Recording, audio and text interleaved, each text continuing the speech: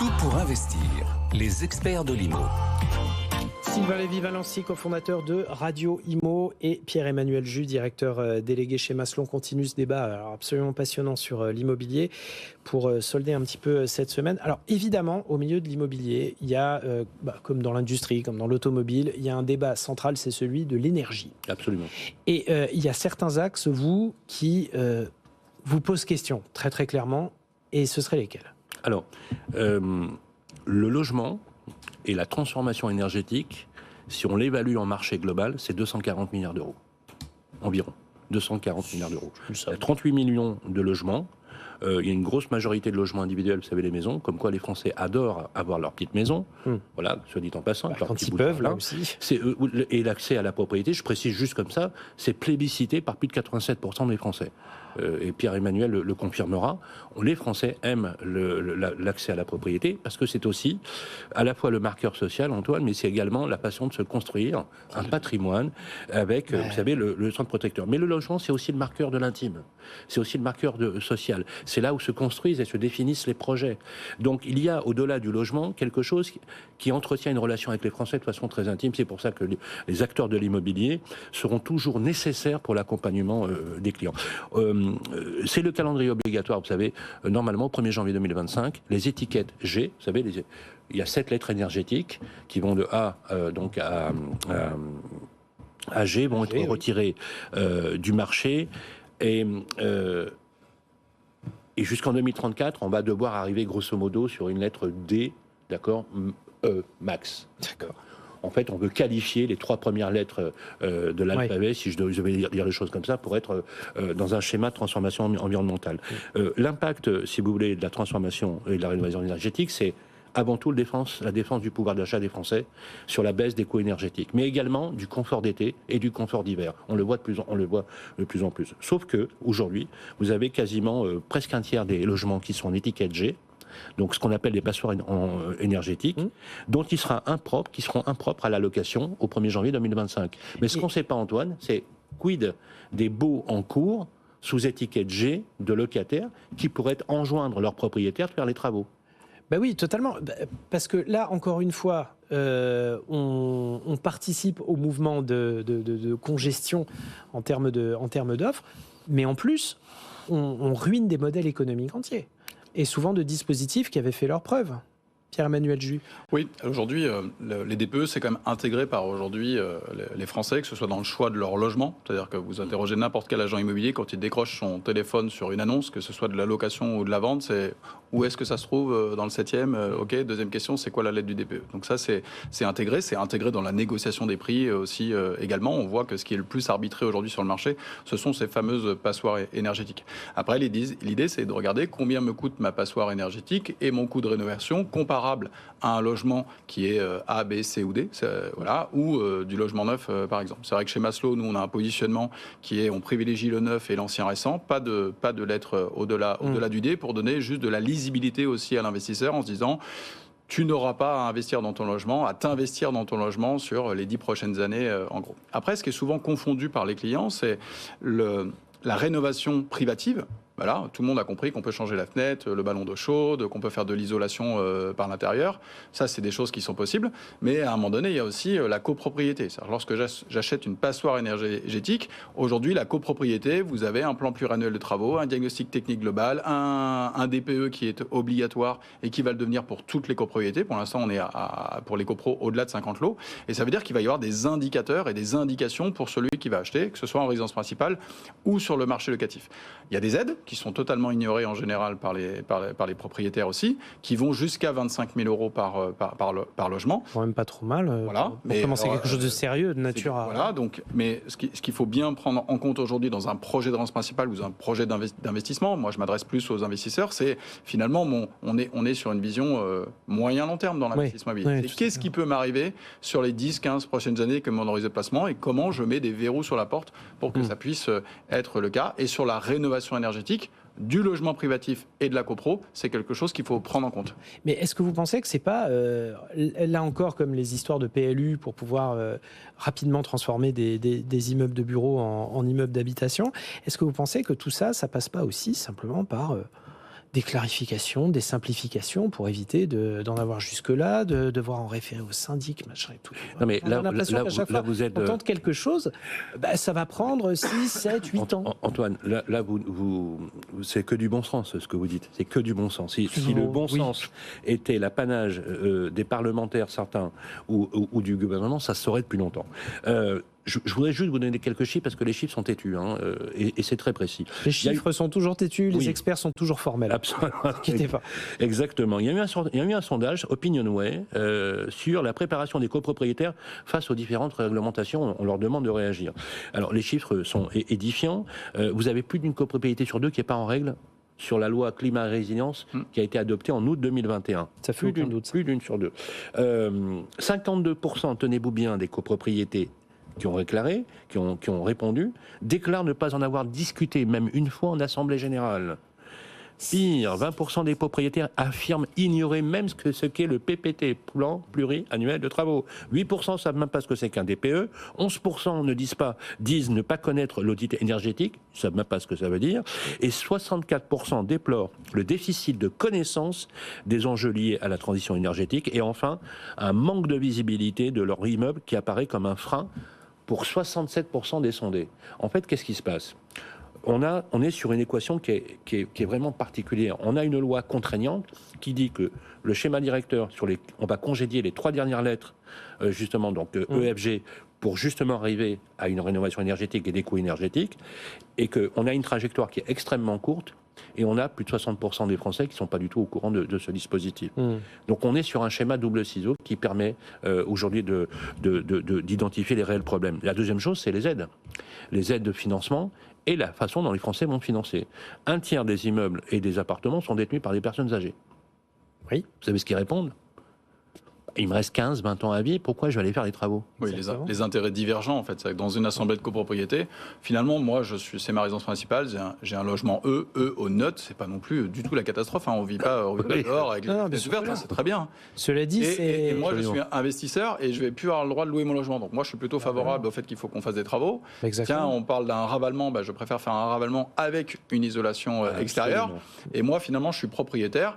Mon logement me convient, peut-être. Et je m'y oppose. Je me projette et je vais rester ça. Donc finalement, moi, le ravalement, ça me suffit. Donc en fait, c'est aussi ça qu'il faut prendre en compte lorsqu'on achète sa résidence principale ou un investissement locatif pour demain. Et ça, c'est hors cadre, on va dire, législatif, tout ce qui se passe à l'Assemblée. Le virage énergétique, il est pris pour tout le monde et on n'a pas le choix. On est tous d'accord sur l'adoption, bien évidemment, du geste. Mais allez dire à un Français qui a du mal à défendre son pouvoir d'achat, qui a des contraintes de fin de mois, qui est un petit propriétaire, comme c'est le cas d'une majorité de Français, dont le taux de détention, je rappelle, patrimonial est de 1,1. C'est-à-dire qu'on a vraiment aujourd'hui des Français qui veulent accéder à la propriété et qui peinent pour le faire. Allez leur expliquer qu'il va falloir dépenser entre 20 et 40 000 euros de travaux. Oui, c'est insensé. Et que les aides vont encore baisser dans les dotations de France Rénovation cette année, sous prétexte, effectivement, comme le rappelait Maire Emmanuel, que ça n'a pas été consommé l'année dernière. Donc on marche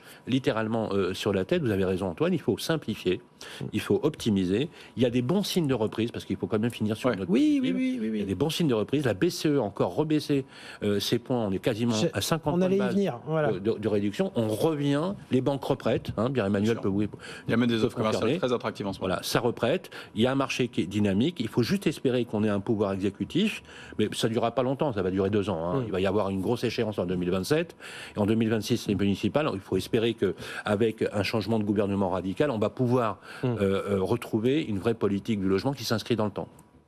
Alors, Pierre-Emmanuel Juge, justement, on voulait attaquer cette problématique de dynamique de taux. C'est vrai que la BCE a commencé à baisser ses taux. On voit que c'est la même chose du côté de la Fed qui même... Bon, il y a quand même une relative résistance. On ne voit pas que les taux dégringolent. On voit que le marché met déjà un petit peu de temps à se décongestionner. Mais vous remarquez quand même des signes très encourageant du côté du secteur bancaire. Oui, bien sûr, c'est mathématique. À partir du moment où les taux baissent, ça resolvabilise les gens et donc ça remonte l'intérêt. On est d'accord. Et vu votre banquier, il y a 12 mois, on était au top, on était à 4,50 sur 20 ans, grosso modo. Ça a baissé à partir de novembre 2023. Là, aujourd'hui, on est en gros à 3,40 sur 20 ans. Si votre banquier vous a donné une enveloppe il y a 12 mois, l'enveloppe, elle a changé, elle a augmenté. Dans le même temps, les prix ont baissé. D'accord ? Si je prends une norme, on va dire un peu nationale, il y a 12 mois, le prix moyen en mètre carré en France était 3 300 €. Le prix moyen aujourd'hui en France, c'est 3 240. J'empruntais pour 1 000 € par exemple l'année dernière à 4,50 sur 20 ans, eh bien je pouvais lever 158 000 € de dette. D'accord ? Si j'étais investisseur, mon loyer moyen en France était 12,58 €, je générais 600 € de loyer. Là, 12 mois après, les taux à 3,40, ça me permet d'emprunter 174 000 €. Donc, j'ai gagné des mètres carrés. Carrément. Et puis, mon loyer, il est passé à 13 € du mètre carré, les fameux 3,5% d'augmentation. Je génère 702 € de loyer. D'accord ? Donc, en 12 mois, ma fenêtre de tir, elle a changé. Donc, ça renouvelle l'intérêt des clients qui connaissent le contexte. C'est-à-dire qu'aujourd'hui, celui qui investit, il sait que les taux ne vont pas retomber à 1%. Il accepte le fait d'acheter l'argent à 3%. Il se dit que si jamais ça baisse, eh bien, finalement, il renégociera peut-être. Surtout, il rentre sur un marché sur lequel, aujourd'hui, mathématiquement, si les taux baissent, les gens vont se solvabiliser. Donc, peut-être que la baisse des prix va peut-être s'arrêter, hormis pour ce que l'on a dit tout à l'heure. Sylvain Lévy-Valency, compte tenu de ces dynamiques de taux, est-ce que vous pensez que ça peut décongestionner le marché suffisamment ? Alors, non seulement pour permettre à beaucoup et de manière sensible d'accéder à la propriété, mais peut-être aussi de décongestionner tout le secteur locatif. La réponse Parce est que non. ça aussi, c'est un vrai problème. C'est non. La réponse est non. Non. Tant qu'il n'y aura pas une politique offensive de construction de logements neufs, j'insiste, ça ne marchera pas. Et je vais vous dire, c'est simple. Vous prenez le stock de logements, vous faites une correction avec la démographie. Je vous donne un exemple très précis. La décohabitation, vous savez. La décohabitation, ce sont les cellules familiales qui explosent, avec des résidences alternées, qui ont doublé avec la même population, même nombre de périodes, le nombre de logements. Ce phénomène, c'est un phénomène sociologique. Et donc, qui altère de façon très large les politiques du logement à l'échelle iris des quartiers, des rues et des villes. 18 millions de célibataires en France. C'est juste énorme. Et je ne vous parle pas du marché des seniors, qui est un marché considérable. Bon. Tant que vous ne construirez pas entre 500 000 à 750 000 ou 800 000 logements neufs, par le biais de la régénération urbaine, de la densification, de la surélévation. Et tout ça, la surélévation, c'est-à-dire qu'on rajoute un étage ou deux, effectivement, ça implique, et vous le rappeliez tout à l'heure, de respecter le PLU, par exemple. Tant qu'il n'y aura pas une politique d'aménagement contraint du territoire, programmée à l'échelle des territoires, il ne pourra jamais y avoir d'équilibre sur l'offre de logement qui soit neuf ou ancien. Voilà, tout simplement. Parce que ça ne colle pas avec la démographie. Donc, alors, je pondère.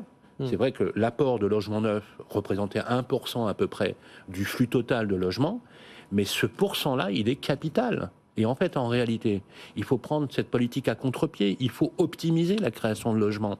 Et je vais vous dire une chose, c'est un scoop. On peut construire du logement sobre, en énergie, avec des matériaux biosourcés, en divisant par 2 les délais de livraison. Et si on massifiait cette offre, on pourrait baisser les prix par rapport aux logements traditionnels qu'on construit aujourd'hui. Il y a des entreprises qui en ont fait la démonstration. J'en cite une parce que c'est exemplaire. C'est On reçoit souvent dans l'émission aussi. Oui. C'est le groupe Nexity avec eWood, qui est donc sa filiale bois, mais c'est aussi Woodeum, qui est la filiale l'Altaria que j'ai dit, qui arrive aujourd'hui de manière exemplaire à produire un logement sobre, etc. Et je vais même aller encore plus loin, Antoine. On fabrique du logement hors les murs, c'est-à-dire qu'on les fabrique dans des sites de préfabrication, on les achemine, ce qui fait qu'on réduit par 5, par 3 ou par 4 le volume logistique, donc ça réduit les nuisances sonores, et vous assemblez les immeubles sur place. Et en plus, vous générez de l'emploi. Voilà. Que demande le peuple ? Voilà, c'est simple. Voilà. Et là-dessus, sur la politique fiscale, juste un mot très rapide. La Cour des comptes a mis en relief la nécessité et l'importance de la loi Pinel, quand Sylvia Pinel a mis en place cette loi. La Cour des comptes a mis en relief la démonstration de l'utilité réelle de cette niche fiscale, qui finalement n'en était plus une dans sa conclusion, car elle répondait aux besoins des Français. Voilà. Quand vous lisez ça, vous dites... voilà. Bon, il restera un petit peu de Normandie quand même ? Oui, alors de Normandie, il faut regarder bien la liste des villes, parce que je pense que les critères, il va falloir quand même... voilà. Et après... Est-ce que ça ne peut pas passer justement par reprendre le de Normandie et puis enfin faire un de Normandie 2.0 ? C'est de la rénovation urbaine de centre-ville, plutôt dans des villes moyennes. cœur de ville. Ouais. Après, il y a un chiffre à donner, puisque je vois effectivement des interlocuteurs dire que le Denormandie est le futur de la Pinel. Pas du tout, il faut construire des logements, Sylvain. Non, c'est complètement autre chose. Voilà. Hein, et le Denormandie, préciser, un chiffre quand même, 880 contribuables. On en fait un l'année dernière en 2023, 880 contribuables. Alors je sais que les transactions immobilières ont baissé, on est passé en dessous du million, 880 contribuables. Donc je ne sais pas à quoi sert cette niche. Bon, il va peut-être falloir clarifier les choses là-dessus aussi. Il faut rester offensif et faire ce que dit Pascal Boulanger, le président de la Fédération des promoteurs immobiliers, être en mode combat pour le bénéfice et le logement des Français. Parce que je vais vous dire, souvent on fustige l'industrie, parce que bien évidemment la mort des promoteurs fait pleurer personne.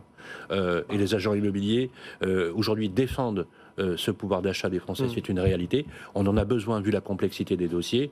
Donc aujourd'hui, il faut oser dire à un exécutif, au lieu de plier, vous vous trompez. Et nous avons aujourd'hui les solutions. Et je vous dis, vous voulez que je vous dise encore une chose ? Allez. Ces solutions, ils les ont sans que ça coûte plus cher à l'État. Oui, Voilà. en plus, voilà, il est question de... Ça, c'est très important. Exactement. Aujourd'hui, la relation dépenses, on n'entend parler que de dépenses, c'est combien ça rapporte. Hormis le problème sociétal de loger des gens, sur lequel on a besoin d'acheter sa résidence principale, on a besoin de loger les gens. Aujourd'hui, moi qui m'adresse à des investisseurs, je peux dire, vous n'aurez pas de problème de loyer, parce que la tension locative, elle est en train de s'élargir sur des villes même plus moyennes que ce qu'on voyait auparavant. Pierre-Emmanuel Jus, directeur général délégué de Maslow, et Sylvain Lévy-Valency, cofondateur de Radio Imo. Merci d'avoir été avec nous pour cette page Imo très complète pour terminer la semaine. Et